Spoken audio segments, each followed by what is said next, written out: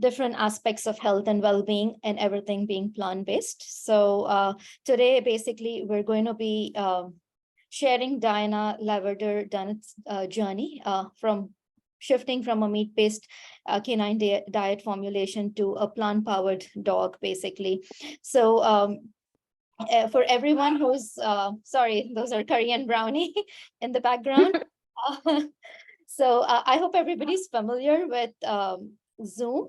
So basically, please make sure to mute your lines and turn on your videos when we get into the Q&A, and you're free to do that before as well. And as you have questions, make sure you type them on the chat window in Zoom.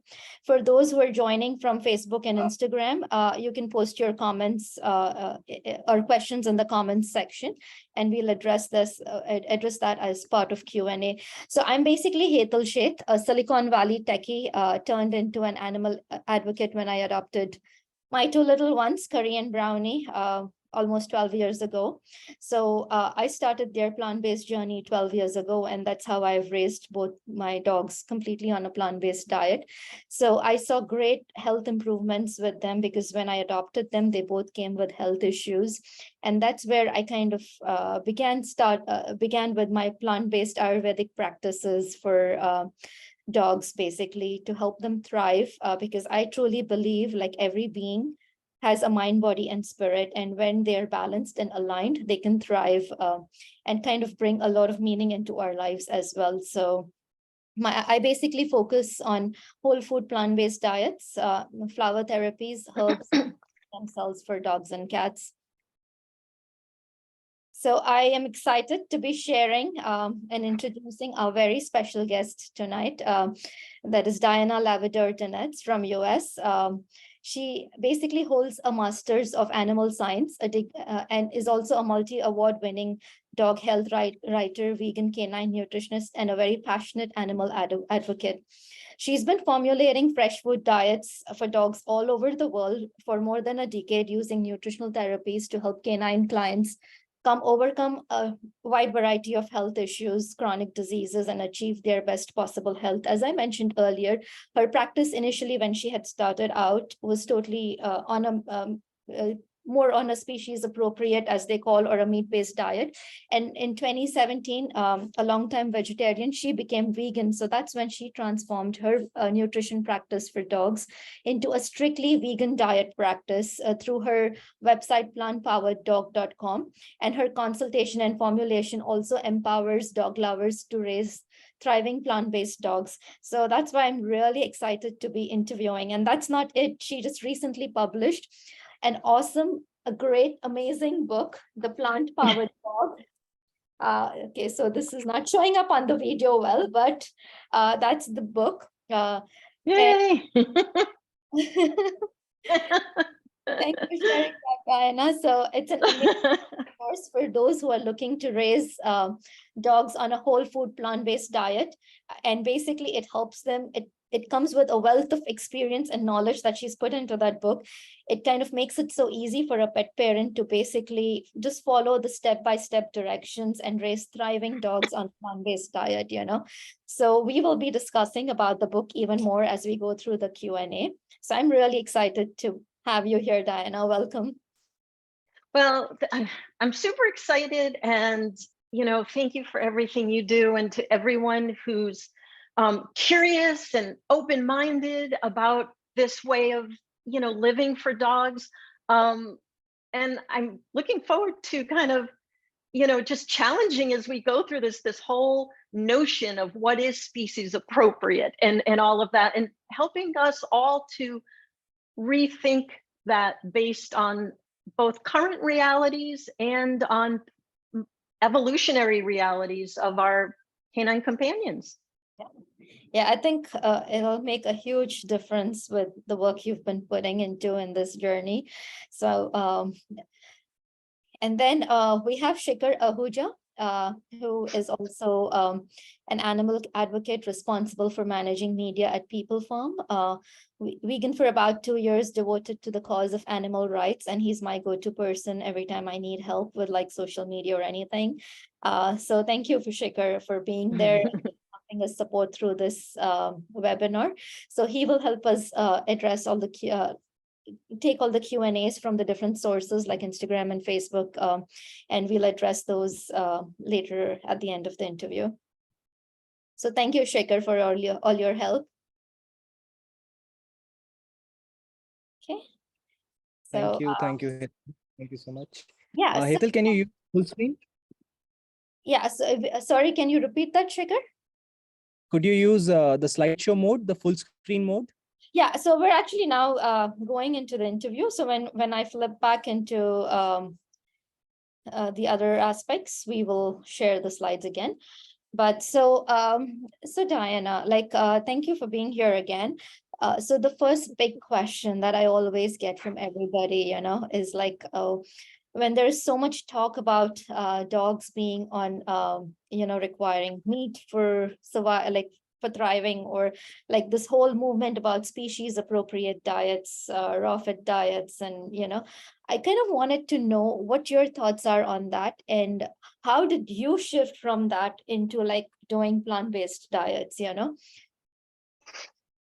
Yeah, so that's a really big topic, and it's one that I'm so passionate about. And I think my story echoes so many people's stories that I could spend all day talking about it, but I know we have a lot to get through, so I won't.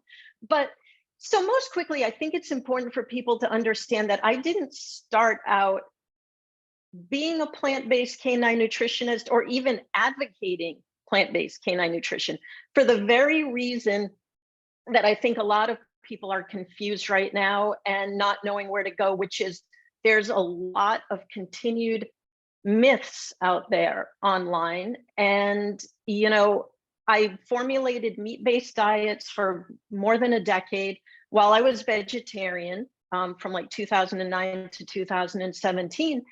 And I became vegan in 2017. And that's when I just could not do that anymore. I could not contribute to harming any other sentient being in order to feed a dog or do anything. So I was going to walk away from the business, Hetal, because it was more important to me.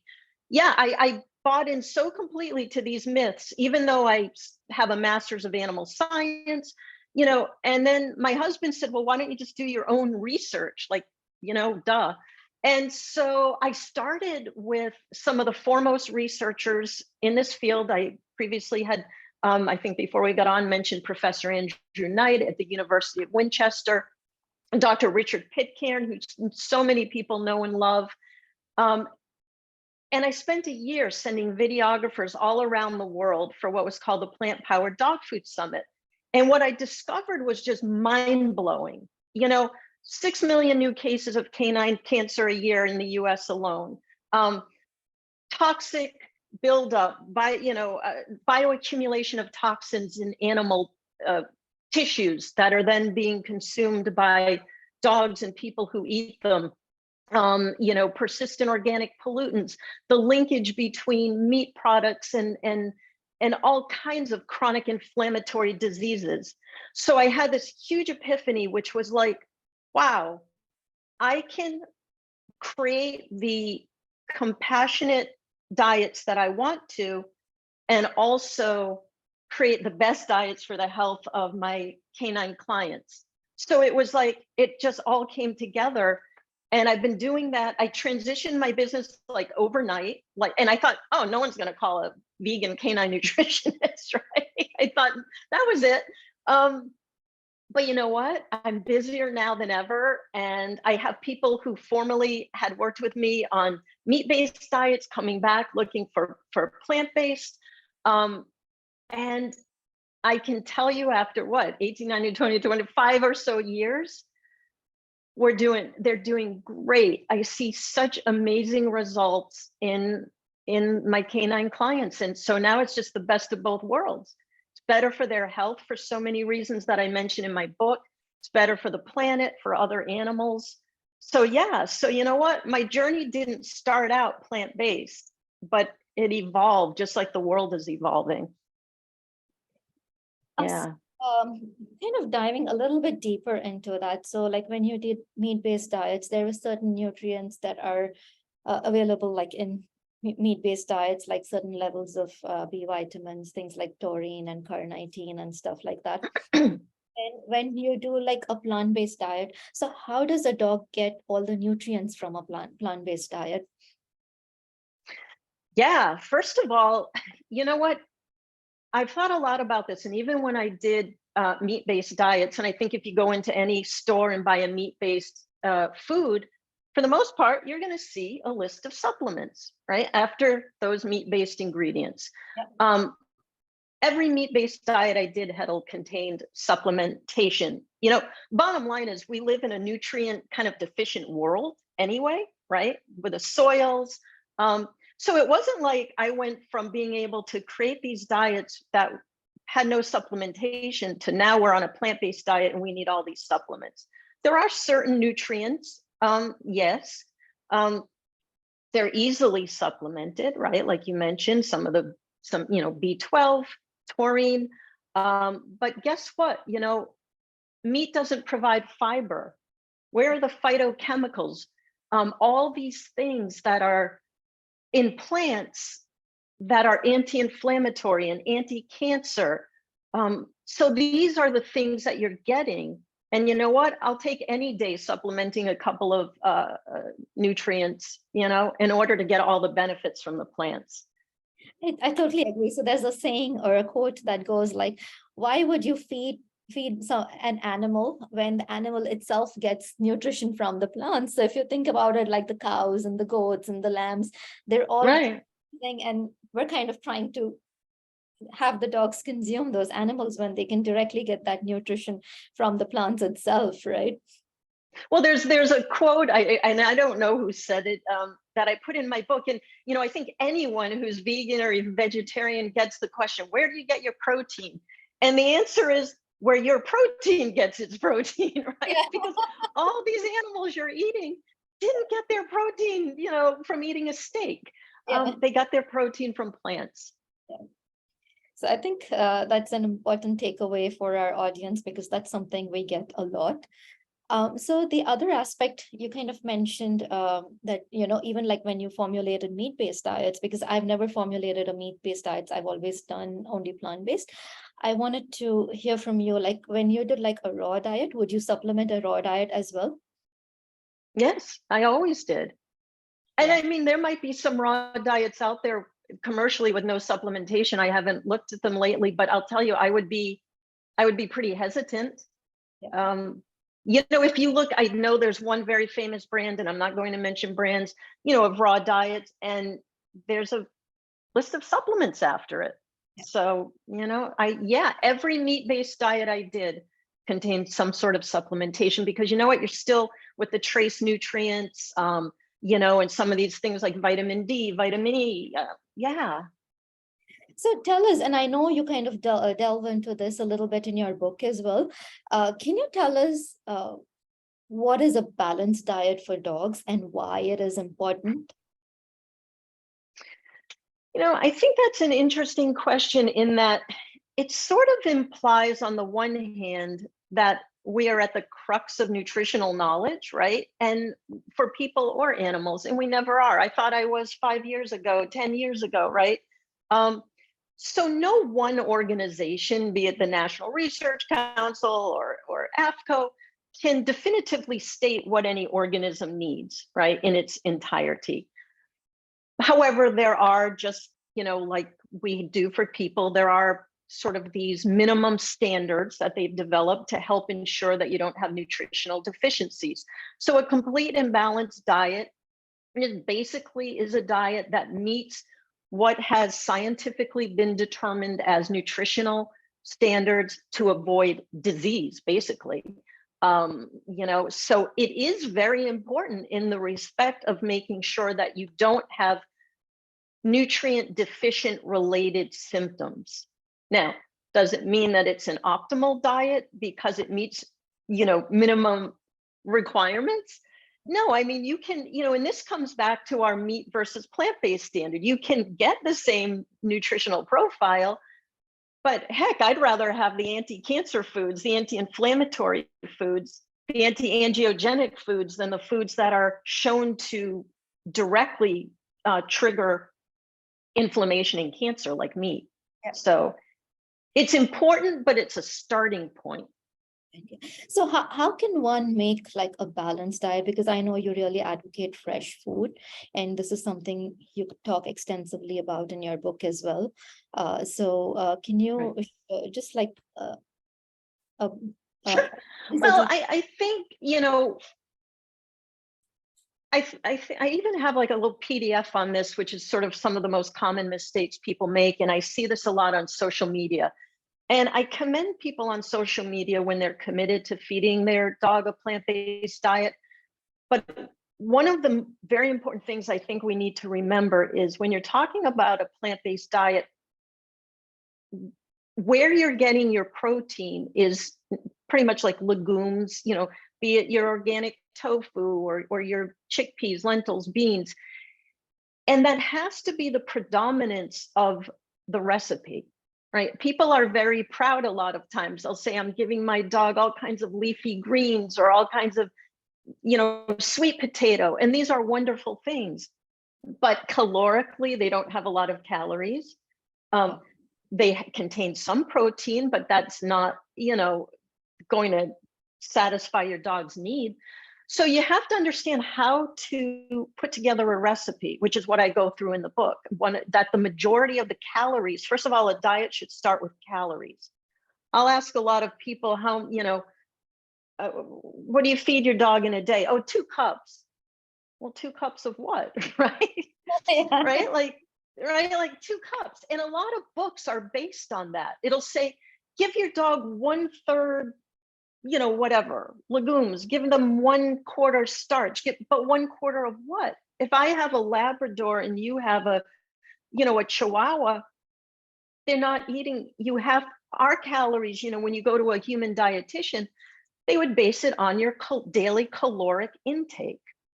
So I think when we talk about a balanced diet, we have to start with understanding how many calories a day our dog needs. And I run people through that in the book. It's quite simple. Then we base everything else off on that. Okay, what percentage of calories should be protein-rich foods? What percentage should be, fattier foods? And we go through that. So creating a balanced diet needs to start with understanding that everything is based on your dog's calories. And how do you choose foods that then satisfy these various nutritional requirements after that? Yeah, I think that's a very important point you make, because these days we see so many dogs who are obese, and I think it's Absolutely. Because it's just unmeasured quantity of food that I think is not being fed like in a conscious way. So I think That's right. that you covered out there. So based on your experience, like from history till now, what are the differences that you've seen, like with dogs on a meat-based diet versus dogs on a plant-based diet? I know that now there's a lot of research as well by Dr. Andrew Knight and a few others. So I want to share your experience. So first of all, I'm seeing people come to me who have been feeding meat-based diets for a long time, whose dogs are getting things now. Unfortunately, I'm seeing more cancer cases. I'm seeing more chronic diseases in general. And these are not dogs who have been previously on plant-based diets, because really, that's not the norm still, right? So I'm seeing more chronic kidney diseases, more cancers, more food intolerances, right? Because the predominance of antigenic foods that cause problems are meat-based. There are some plant-based foods, but for the most part, it's meat-based. So I'm seeing these types of cases come to me, and now we're trying to work and manage and hopefully even reverse some of this with plants. Yeah, I don't know. Was that, did I? Yeah. I think that's what I'm looking at, because I think now because even I'm seeing like a surge in cases where, you have kidney diseases, like you mentioned, diabetes, like a lot of the human diseases, which I don't remember seeing in dogs growing up in That's India. right. 15 That's years. right. Because at that time, dogs were mainly vegetarian. I mean, I'm sure they were not on a balanced diet, but they were more vegetarian. And I didn't see this being so prevalent then. But now I see that it's so much more common, like, joint issues and things like that, like, which I don't remember seeing those as often before, That's interesting, right? And there was, I put a very interesting study in the book that was done in Spain. I believe it was an island in Spain where a lot of obese people live, and they compared the obesity level of their dogs, and they compared different health parameters in the dogs with that of the obese people. And you know what, you're probably not surprised to learn, Hetal, that of course there was like a direct correlation between the human conditions and the dogs, like things like high cholesterol, right? Like metabolic diseases. Yeah. So unfortunately, we're sort of passing along our bad eating and lifestyle habits to our dogs. And what you were telling me about what's going on, in India, how sort of now they're taking on this westernized approach. I'm concerned about where that's going to lead for the health. Yeah, because I've seen that, like, even back in the US when I had the Korean pepper dog food out there, it was surprising that, like, dogs with seizures actually did well on a plant-based diet as opposed to like a meat-based diet, So that was kind of a bit of a, like, I think a lot more studies are coming up, and there was one, like, because you mentioned Spain, I had to say this. I think there was a study that was done in Barcelona as well. Yeah, it was a university study where they actually found, like, they examined the skeletons of Stone Age dogs, and I can't remember if it was Stone Age or Bronze Age, and they found that they mostly ate plant-based ingredients. Right. Like, so I think they've really evolved. So well, you know what, and you're exactly right, and that's why I'm going to challenge that whole notion, which kudos to whoever started the species appropriate phrase and movement, right? Because it's genius marketing, right? It's totally genius marketing. But if you really look back and we think logically, okay, so back in the Neolithic period, tens of thousands of years ago, agricultural farmers went across Eurasia to Europe to bring their farming techniques and brought their then kind of newly domesticated dogs. So what did they eat? They ate legumes, they ate grains, barley, wheat. These meat would have been something highly valuable, right? They weren't tossing away the meat that they risked their lives for to their dogs. Yeah. They ate grains. So I would argue that a species appropriate diet is a plant-based diet. It's only in the last few decades that this whole movement started. And I think our suddenly, yeah. And our dogs are not wolves, like no, they're not. Different dietary requirement compared to a dog. So I'm not sure. By that same token, I was interviewing, and I can't wait to post it, Dr. Pitcairn. And we were talking about that because it's really the same kind of illogical argument, I would say, that people come back to, that our dogs are wolves, our dogs, their teeth, well, first of all, they don't have the same strength of jaws and teeth as wolves do. I mean, certainly your French poodle does not, or, your brachycephalic breed, or, but, humans don't have teeth that are, or digestive systems that are made for ripping apart meat and diet, so let's use logic here. If you want to apply that argument to your dog, apply it to yourself, because you should not be a meat eater, right? Based on your makeup. So, and to take that one step further, if you believe your dog is a domesticated wolf, and I'm being a little irreverent here, well, he shouldn't be living in your home. He should be out foraging for his survival in the wild. Now, I don't know you, but my dog wouldn't last a day doing that. Yeah. So we're very willing to accept that our canine companions have evolved over tens of thousands or even hundreds of thousands of years in every other way, but there's still that resistance to accept that they've evolved nutritionally as well. So tell me this. So this is another thing that we get often from people, like, when dogs have cancer or they're going through like years or diabetes. And I know some of these issues you do discuss in your book. And these are all marketed as like, or they're always told to have like ketogenic diets, like high meat and fat, no carbs, no grains. So what is your take on that when you kind of do recipes for dogs with cancer or diabetes? My take is it's unfortunate, once again, that misinformation is out there. And I think before we started, someone was talking about Dr. Furman. And in the cancer chapter of my book, I really do quote Dr. Joel Furman, I believe his name is a lot.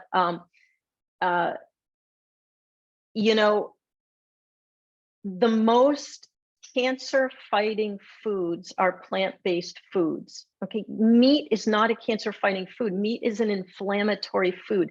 Heme iron from meat is directly linked to cancer.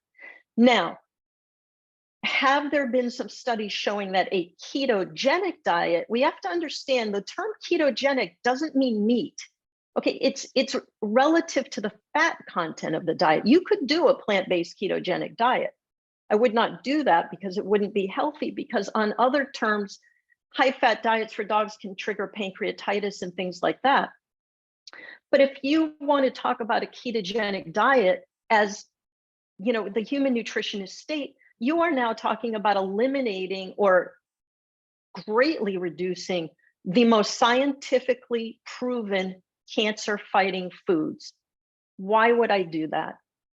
This message about carbs, you could say, well, you certainly should never eat hydrogenated fats, right? Okay, trans fatty acids, but would you take that to mean you shouldn't have any fats? No, of course not. You shouldn't have simple sugars, right? White flours, sugar, but all plants are carbs and all plants fight cancer. So where is the logic? Yeah, I think that's a great point that you make there as well, because I think that a lot of times when I see that, dogs are struggling with these health issues, the pet parents are kind of confused and lost, if I should not do a plant-based diet. So I think that really helps clarify. I think that's an important. A lot of people, sadly, are bullied in these Facebook groups, and they're told you have to feed your dog organ meat. And cottage cheese, and where are the cancer fighting ingredients and components of that? Yeah, I was not allowed in a few local groups here because I'm sure I was like banned from it. You're better off, probably. Yeah. So what are some things that pet parents should bear in mind when considering whole food plant-based diet that they prepare at home? I know one of the things you did was calories and, like starting off of there, but there are other key things that they should keep in mind. Yes, again, we come back to supplementation. They should be doing a supplement that is specifically geared for plant-based diets. There are wonderful ones that are available in different parts of the world. Because ones that aren't geared for plant-based diets or that are geared for commercial diets won't have the proper levels or types of nutrients that we're looking for. So there are some great ones.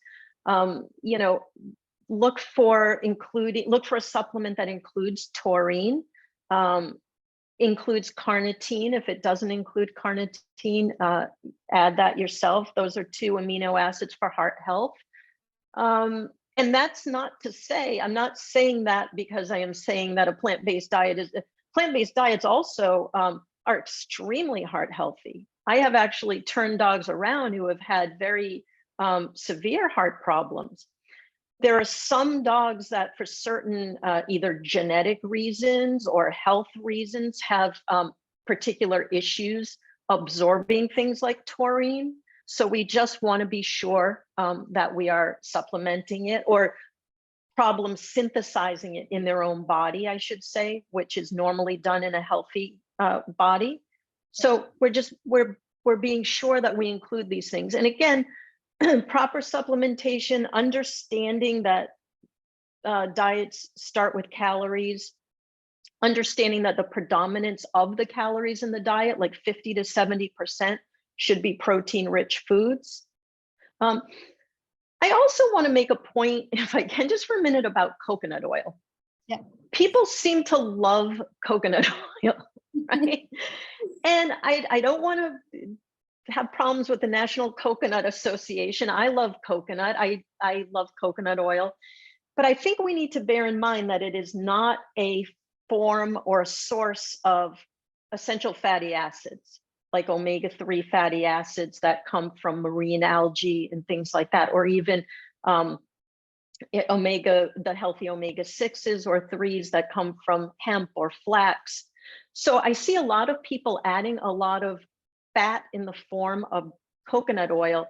And when you add fat, you're diluting the other nutrients in the recipe without adding anything essential, just fat. That's a very good point is there, because I know I see that a lot as well. Like people add a lot of coconut oil, like, and they don't think about the 3s and the 6s, the omega-3s and 6s. So I think that's really important. I think there are certain health conditions where, not exactly coconut oil, but I think the MCT without the lauric acid. The MCT, which is, excuse me for one sec. I talked a lot yesterday and now I'm talking a lot today, but that is such an important point you're bringing up, which is studies show that in other words, when you're doing like a seizure, people love coconut oil because of the long chain fatty acid, the medium chain fatty acids. Let me correct myself. However, and that's when you're talking about medium chain fatty acids, as they're often used in seizures and things like that, it's not the coconut oil that you're buying on the store shelf, right? And you, as you know, there are formulas of medium chain triglyceride oils. And so it's kind of sad though, like, a lot of people market like MCT oil, but it is actually just oil, and unless coconut oil. And people end up buying that thinking it's the true MCT oil. And then I have to tell them, did you look at the ingredients? And, there's like lauric acid in there. So I think that's, I think. Well, that's just it. Lauric acid now it's controversial. See, the most of coconut oil is lauric acid. Yeah. And it's controversial that it's even a medium chain fatty acid. And that's what's in your traditional coconut oil. So it can have a purpose, but just, don't overdo it. It doesn't provide any amounts that are, anything but negligible of essential fatty acids. Yeah. So I think we just have like 2 more questions before we open up Q&A. So this is another thing, like very often when I work with dogs and helping them transition from a meat-based diet, and I'm sure you've probably heard this too. My dog is a very picky eater, so yeah. Position. I think like Shih Tzus, and there are certain breeds which are like, sometimes it can be challenging. So do you have any tips for them? And I talk about that in the book too, and that can be a problem because some dogs are just so set in their ways. There are certain things. I think one thing is it can depend upon the age of the dog that you're trying to do this with. If a dog's palate has gotten used to something for most of its life, I think it's going to be a little bit harder potentially, right, to transition them over. Other things I find are that you have to retrain the human, right? I think people get worried very quickly if their dog misses a meal, right? And they're like, oh my God, and they start to hand feed them. Yeah. Now the dog's going, oh, great, I can be hand fed, right? or oh, I better give him more treats. Well, if I ate treats all day, I wouldn't be as inclined to eat my dinner. So I think certain things we need to do are don't hand feed them. Don't, wait till they eat their meal if you want to give them treats. Also, kind of like use use the scarcity tactic, put the food down. And if they don't eat it in 10 to 15, 15 to 20 minutes, let them know that's it. Take it back up, so that they know this is mealtime. I would also say try to identify your dog's particular taste preferences. My dog is, I think, kind of unusual. He likes herbally type things. So I tend to add things like parsley to his meal. Some dogs like other things. One of the things that I think has a lot of kind of umami and meaty flavor would be like maybe a porcini mushroom powder that you can buy at the store. I use it to make it like a mushroom sauce, and you can put that over the food. So discover your dog's taste, see where that goes. And I have dogs that like veggies much more than they like meat. So it depends on the dog. Yeah, Brownie's like that. Like he eats a salad every day. Yeah, right. I wish I did. People like Brownie. People actually put up a fight to have the salad that I'm eating, So it precisely. I think for them, it's just reconditioning. Like I didn't have a chance transitioning my dogs. I think they transitioned the moment they came home, because there was no way the meat that was going to come home. But I was fortunate that they transitioned very easily. But I had a very difficult time when I moved to India. They refused to take any plant-based food here, I don't know. They would eat plant-based food. Like I bought a bag of wild earth kibble, because that is what they would eat that type of thing. as a backup, like they would eat that, but they wouldn't eat any of the ingredients. So I had to work quite a bit, especially Brownie, because he's always been a picky eater. So I had to do a lot of reconditioning, re-engage his senses into eating different kinds of food. It did take a bit of work, but now my life is so simple. It's at a point where now he shows me what his body needs, like he will show me the exact ingredients that he wants in his meal. He's so good about communicating that, and he loves his plant-based foods, and he's so now open. So I think it's a one-time effort that you put in, like as part of the transition, but then you just open up a whole new world for them, So it's totally. It's true. Yeah, no, you're so right. And I mean, just one more thing quickly is that, we have to remember dogs eat very much first with their noses. You're right. So warming the food, and that's why maybe, dog-friendly herbal things, or like the mushroom powder has a lot of scent. So enticing them that way as well. Yeah, I think that's another important thing that you just mentioned, that they eat with their nose. So smell is really important. Yeah. So, and then I know in your book, and I've been really excited about this as well, sulforaphane. So you talk a lot about sulforaphane in the book. So can you tell our audience what that is? And then I will share the for them. And I wrote down a few things so I could remember exactly what it. So sulforaphane, it's a compound that comes from cruciferous vegetables. And I say comes from because it's not necessarily that it's in it. So it comes from glucopharophene. And what happens is when the vegetable is chewed or broken down, that compound, which is a glucosinolate, combines with another enzyme, or with an enzyme in the vegetable called myrosinase. And when the myrosinase is released in the glucopharophene, it breaks it down and prepares it to be turned into sulforaphane in our bodies. So once that occurs, great things happen. Sulforaphane is really anti-inflammatory. And again, it's found in cruciferous vegetables for the most part, and one of the highest, or the highest concentration, is broccoli sprouts, the potential for sulforaphane. So any inflammatory condition, and I've got on my page for sulforaphane, I've got all kinds of studies quoted for the it's cancer fighting. It stimulates the production of enzymes in the body that detoxify cancer-causing substances before they can damage cells. So we can actually help prevent cancer.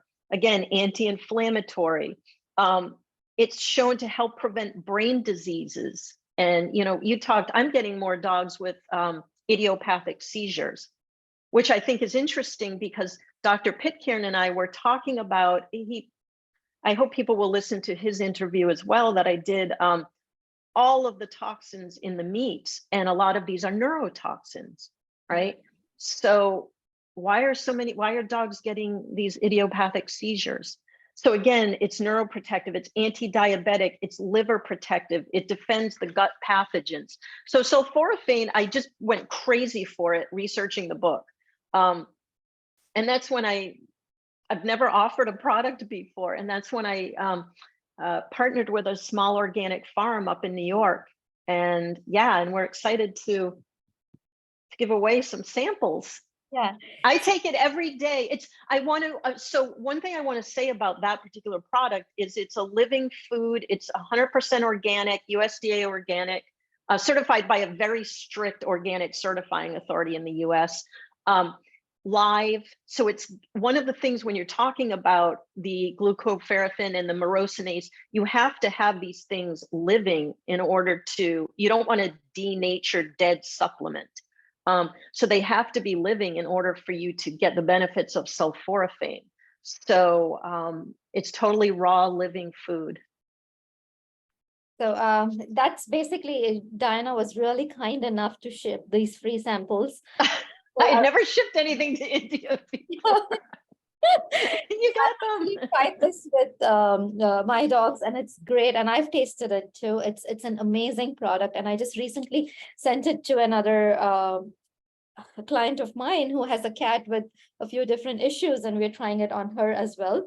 So 3 lucky winners in India and 3 lucky winners in the US are going to get these BrocoBoost samples. They will be shipped to you. So Diana will be shipping them directly for people in US, and I will be shipping to those of you who win this in India. So to win, make sure you follow us and comment on today's post below the webinar, and we will actually pick. I will let your brownie. I don't know how they're going to pick, but I'm going to figure out. They will pick 3 lucky winners who will be getting this. So we will DM you, and then we'll get your address and get it on your way.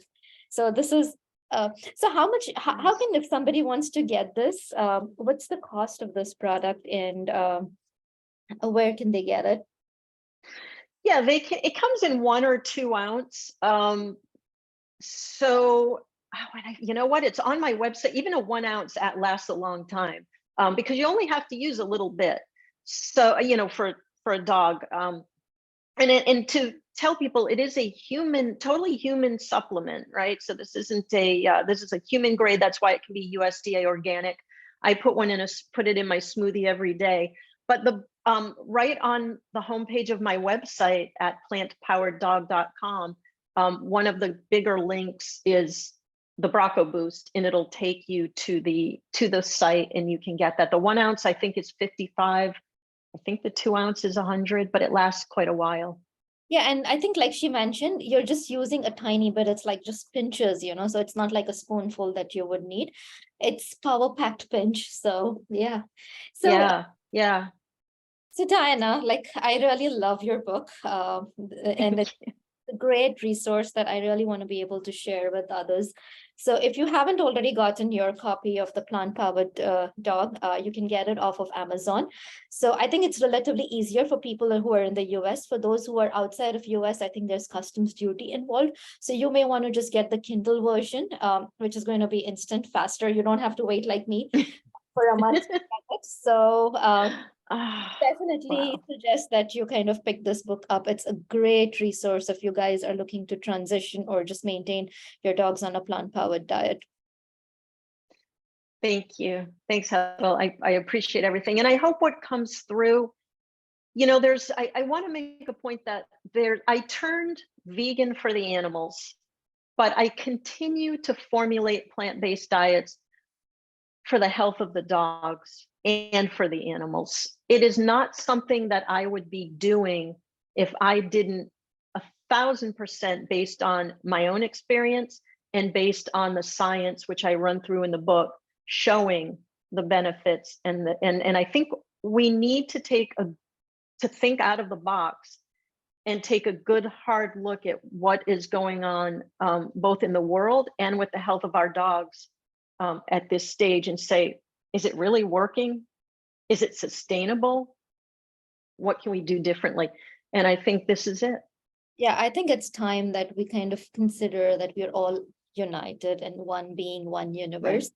So I think it's really good for the health of our planet and for our own and other living beings. Yes. I think it's more conscious food, and even Ayurveda actually recommends like a sattvic, which is a vegetarian diet that is created based on no harm caused to other beings. And this food is supposed to be energetically also much higher in living energy or life force. So definitely, I think this, I've seen the shift in my dogs, because Curry had like heart murmur just before we were talking when I adopted her at the age of 6, and my vet insisted that I do a meat-based diet, and I put my foot down and said no, and I just did the plant-based diet. And we kind of just made sure we upped up the taurine, did CoQ enzyme, and then there is a very specific golden paste recipe. So when CoQ10 is put in the specific golden paste recipe, it actually really helps. And we just did her ultrasound 2 weeks ago, and her heart is healthy. She's not had the issue ever since. So don't be afraid, don't be afraid. Like there are now, when I started, there weren't that many resources, but now I think there's a lot of science, and the Western world, I feel, is now beginning to shift.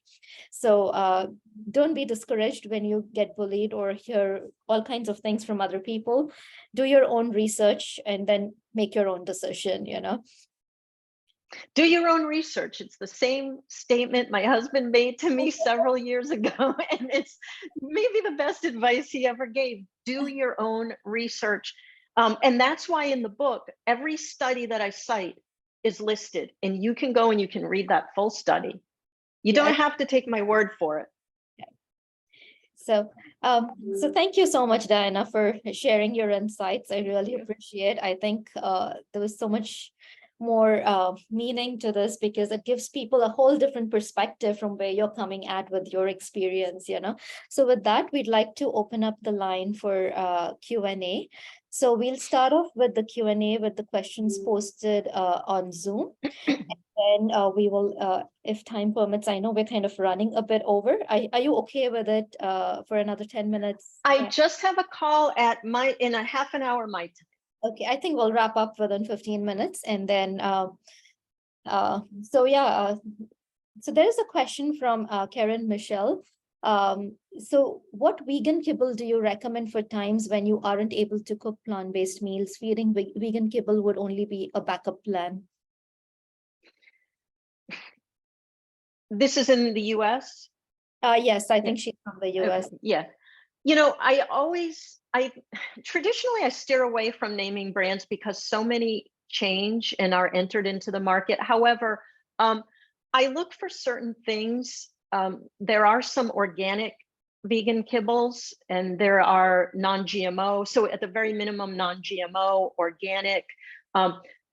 There's a new one that actually I'll be interviewing the person who's behind it soon, called Petaluma. There is Evolution makes an organic kibble. There's Petcurian, which has their Gather Vegan, which is organic. So those are 3 organic ones that I'm aware of. So I would say, if you're going to do the kibble, look for at least non-GMO ingredients and organic, and those are 3 that I'm aware of. Yeah. And I think for those of you who are in Europe, I think Solo Vegetal and a few others are a good resource. Greta as well. I think you get those on Dr. Ariel Griffith's website, the Just Be Kind dog. And I think for those of you who are in Asia, specifically, I think more like in India, our choices are limited, but there is Amy and Benevo that is available. And then I think Fresh Wolf has like retort packed food, so you could use that as a backup. So I definitely would strongly, whenever you're picking up commercial food, please read the labels, because I know here with the tropical climate, a lot of dogs tend to be allergic to yeast. So you want to kind of bear that in mind as well if your dog has yeast sensitivity, because Brownie does, so please read labels and make sure you make the decision based on the ingredients that are ideal for your dog. Absolutely.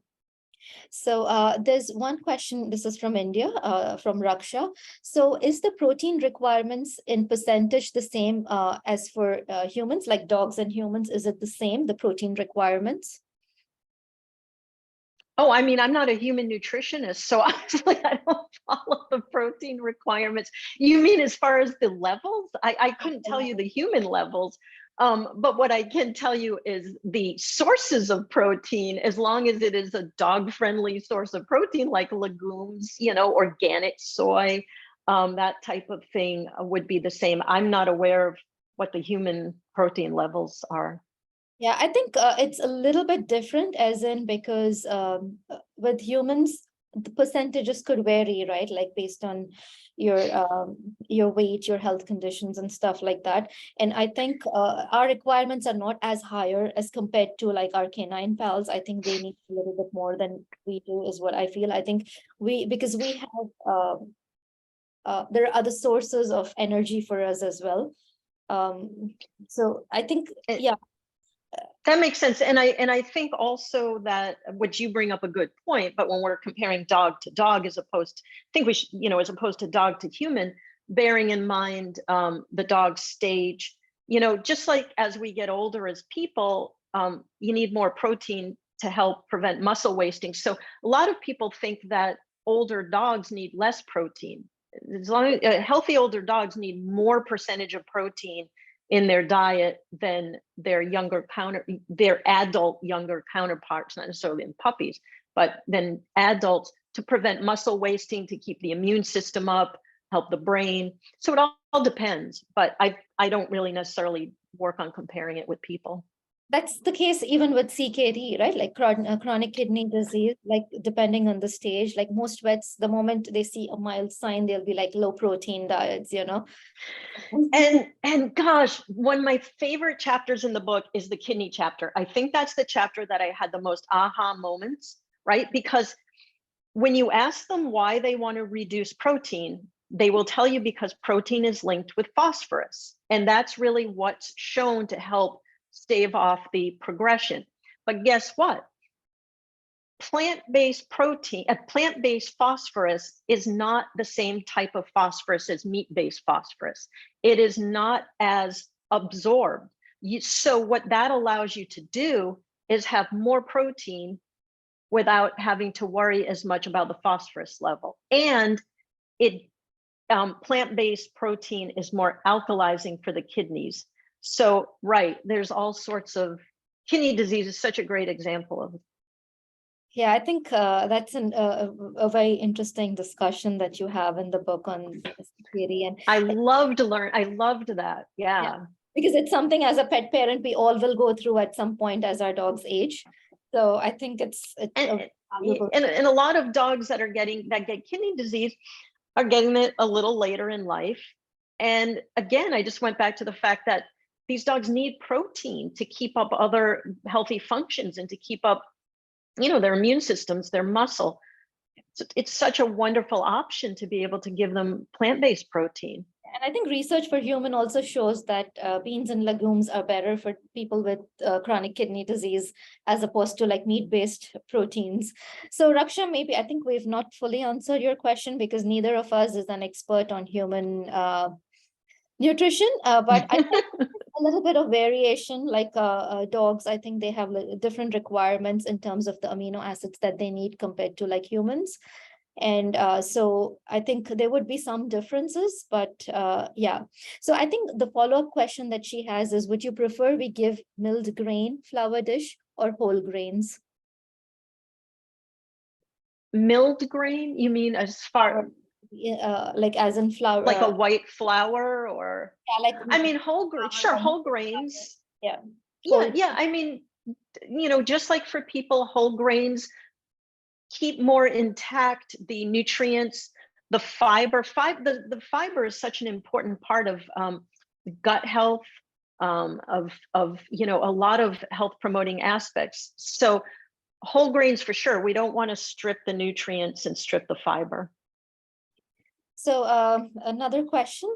So in percentage wise, how much percentage of protein does a dog need from his food? Can you just break that up based on life stages, like you mentioned, because I think it's really important.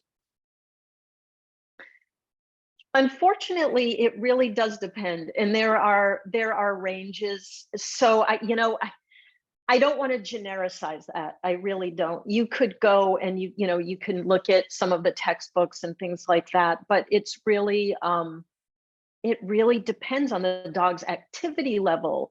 It can depend, on different factors. So I think people need to, when they're talking about that, like generic, if I want to kind of do it generically from what I broke down in the book, minimum of like I think what they recommend is like minimum of 1 gram of protein per pound of body weight daily. Okay, that's a breakdown if we want to be pressed to answer that. But what I actually found, small dogs actually should have more of a percentage than larger dogs. Small dogs have to pack in more things, right? Food for small dogs has to be more calorically and nutrient dense. Right? They have smaller stomachs, but they actually metabolize faster. So the minimum protein requirement for a small dog might be more like, say, 1.2 grams per pound of body weight, whereas for a larger dog, 1 gram per pound of body weight. So that's about like, but in the book, I actually break down and give that number, I think, for every like 5-pound increment, and I show you how to figure it out for yourself. But if you want to go with a generic type of thing, it would be about at least 1 to 2 pounds of protein. And I'm talking pounds of body weight, not kilograms. So yeah. Yeah.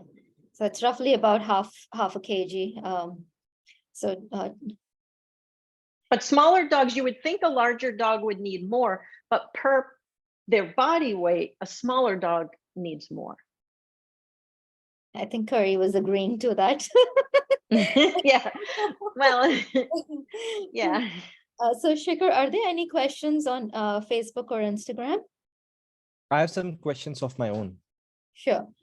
Would Diana be okay with me asking? Of course. Yeah, thank you so much. So there are a couple of questions I have, and this is coming from my experience. I'm working in an animal rescue center, which promotes the philosophy of veganism. Over here, leftover meat pieces are fed to the dogs, which means that which has been discarded. So just wanted to understand from that perspective, why do vets occasionally recommend a meat-based diet for dogs over a plant-based diet? Are there certain exceptions which are so unavoidable that they have to recommend meat-based diets? In the United States, I can mostly just speak to the United States market, but in the US, veterinarians are not well trained at all on nutrition. And I admire vets greatly because they're kind of have to be a jack of all trade. When you go to a human doctor, you have your specialists. Vets are oftentimes, the surgeon, the ophthalmologist, the general practitioner. So I think they tend to get their nutritional information from some of the larger pet food companies. And, I don't want to sound like a conspiracy theorist, but I wouldn't be surprised if there's some sort of a tie-in between some of the larger pet food companies and the animal agriculture industry. Again, I'm not accusing anyone of anything.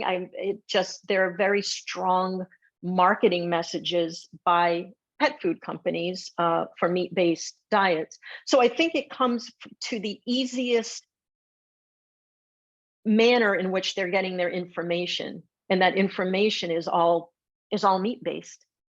And I think it's promoted a fear within them about plant-based. Yeah, I think it's the same here in India as well. Most vets, I think, are not trained in-depth nutrition. So I think there is that gap in terms of it. So we kind of experience the similar thing here as well, I think it's like you said, it's really an information gap. Yeah. Yeah, so I've got another question. Mitch Hensman has asked, regarding probiotics, what are your thoughts on using probiotic foods instead of supplementation? Oh, I think probiotic foods are wonderful. But I also think there are times when a dog can benefit from a probiotic supplement depending upon a certain types of gastrointestinal disease. I'm sure Hedo will say, you know, you love the probiotic foods and yeah, that's great. Like you can do like coconut kefirs and yogurt, you know, plant-based yogurts. Well, in this country, we have wonderful coconut yogurts now and things like that. Adding fermented foods to the diet is wonderful as long as they're dog safe. But there are also times when I go for maybe a little more powerful punch or certain strains that are in a probiotic supplement. Yeah, I think also like if your dog is getting a wide variety of fruits and veggies, the microbiome begins to diversify. So don't really have to use a separate probiotic as such, I feel. Like, I mean, yeah, like you mentioned, there are cases when you would, like for certain medical conditions, but if you're feeding right foods, I don't think you would have to do something specially or separate. It's one of those questions, again, that sort of depends on the dog's individual health situation. I think probiotic foods are great, and I list a bunch of them in the book, actually. Yeah. So I have one more question. So you had said that in order to transform a dog into his plant-based diet, start with calories. So would you be able to tell what is the second and third parameter that needs to be considered to validate the quality of a dog's diet? Is it proteins or the bioavailability of the proteins? Is it the carbohydrates, how the gluten is there, or is it the quality of a dog's stool? Right. So, well, when we're talking nutritional levels, then so you've validated the calories, then you want to validate and make sure your dog gets enough protein. You want to then understand the fat content of the diet. And this might sound complicated, but we actually run through this in the book and show you how to do it and even list recommended levels, like I was just mentioning with the protein levels. So you want to, again, validate the calories, the protein, the fat, and then figure out, which again, we run you through, the foods that best supply those, right? Okay, so that then the micronutrients, the vitamins and the minerals start to fall into place. And then you want to pick up any gaps with supplementation. So you also want to consider, you mentioned, you know, whole foods, organic whenever possible. In this country, we have big problems with genetically modified ingredients. So I guess it depends where you live, but you certainly in this country wouldn't want to buy a non-organic tofu, for example. So yeah. Yeah, I think it's a good point that you make, because I think GMO is such an issue. Thankfully, GMO is not here in India yet in food crops. I think the other issue that gets talked about a lot is also glyphosate. So I think that's another reason why which is highly, well, that's the problem with the crops that are, you know, GMO and non-organic, is they're highly sprayed with glyphosate, especially things like soy. So you know, you're talking about kind of two components. You're talking about nutritional levels on one hand, and then you're talking about how do you get those levels. So you're talking about quality of food. And I think it really all comes back to, again, what we started out with. You can get these levels from either a plant-based diet or a meat-based diet, but I'll go with the plant-based diet for so many reasons every single day, because not only are they kinder, but they are the foods shown to prevent disease. Whereas meat, dairy, poultry are directly related to disease. And if someone wants to tell you that because a dog's teeth might be a little different than ours, that his cells are not affected by these things, please do your own research, please. There is one more question. Okay, we'll just take the last question and then we'll wrap up because I want to be respectful of Diana's time as well. Okay. Okay, so Mitch had one more question. In your book, you advise against using human vitamin supplements due to excessive vitamin D. Is it safe to use these if using a multivitamin with low concentration of nutrients? Well, with low concentration of nutrients, I use the supplements that I use besides the mixes are all actually human vitamins. Okay. So I am not against human vitamins. I think I may have also been talking about whole food human vitamins, which can contain toxic foods for dogs in them. So a lot of people want to get their vitamin sources from whole food sources, which that's great, but a lot of human whole food vitamins might come from things that contain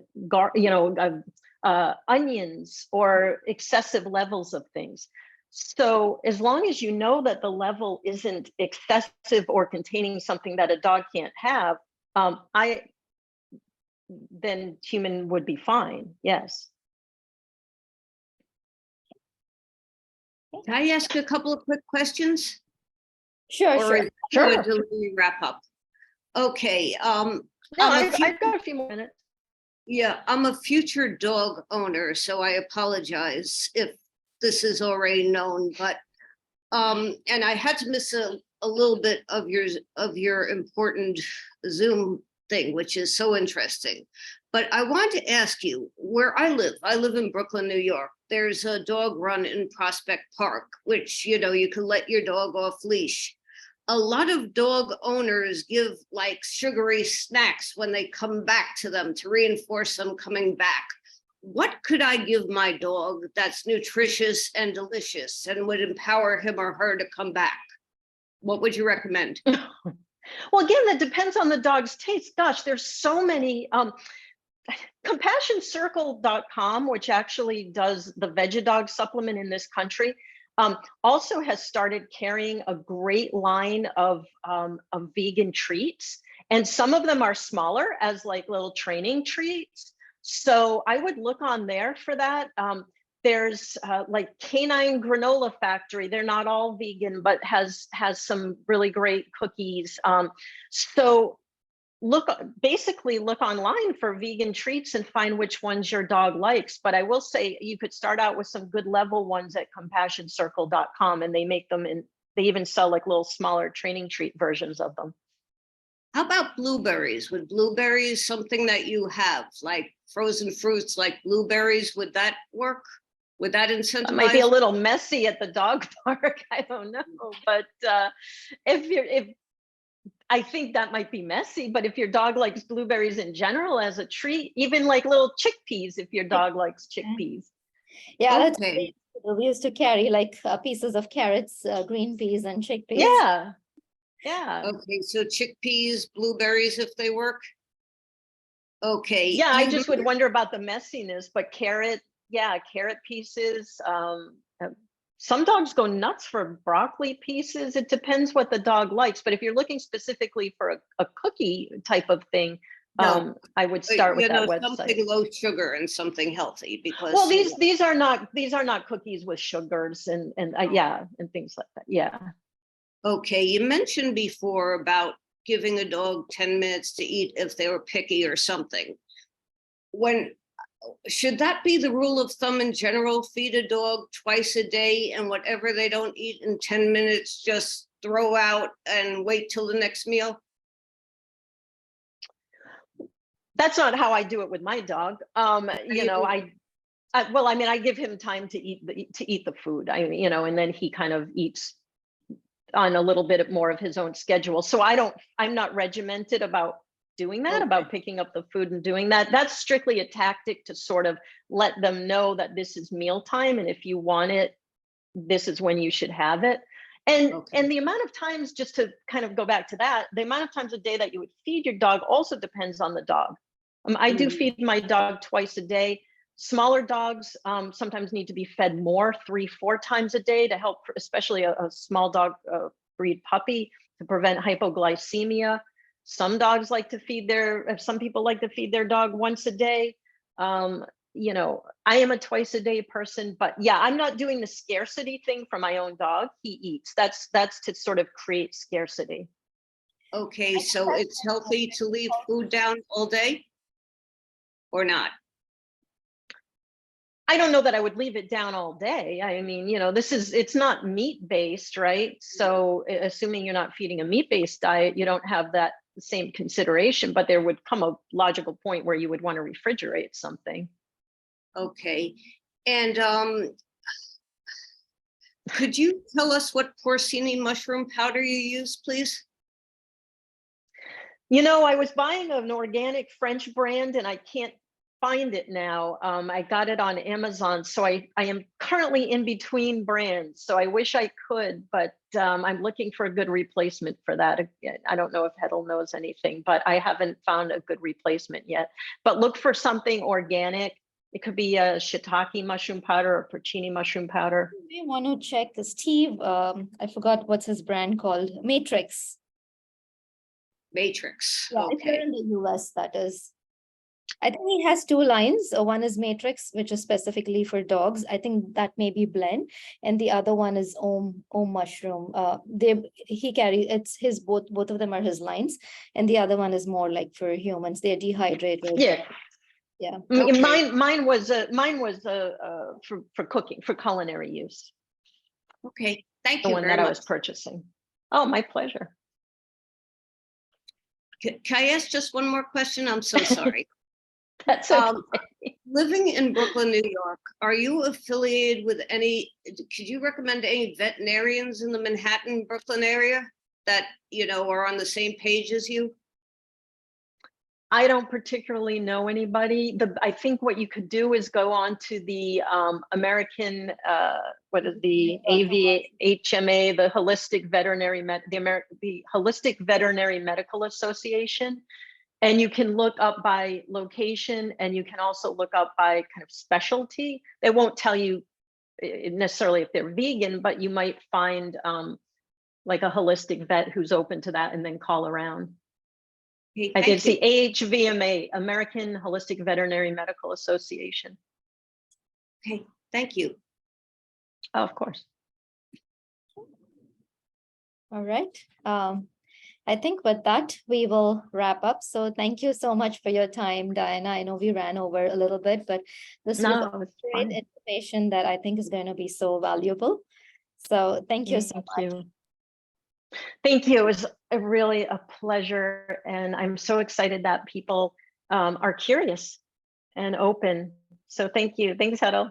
Thank you. I will share the recording after this. So once it's downloaded, I think it'll take a bit of time for it to download. So I'll share it with you as well, Diana, and then we'll send it out to you as well. All right. So of course, yes, I haven't forgotten these. So make sure you DM us on the social media, Instagram or Facebook, and we will get these to you both in India and US. Thank you. Perfect. Bye, everyone. Bye. Thanks, Shikhar, for fielding the questions. Thank you, Hetal. Thank you, Dinah. Have a good Thank day and good you. night. Thank you. You too. All right.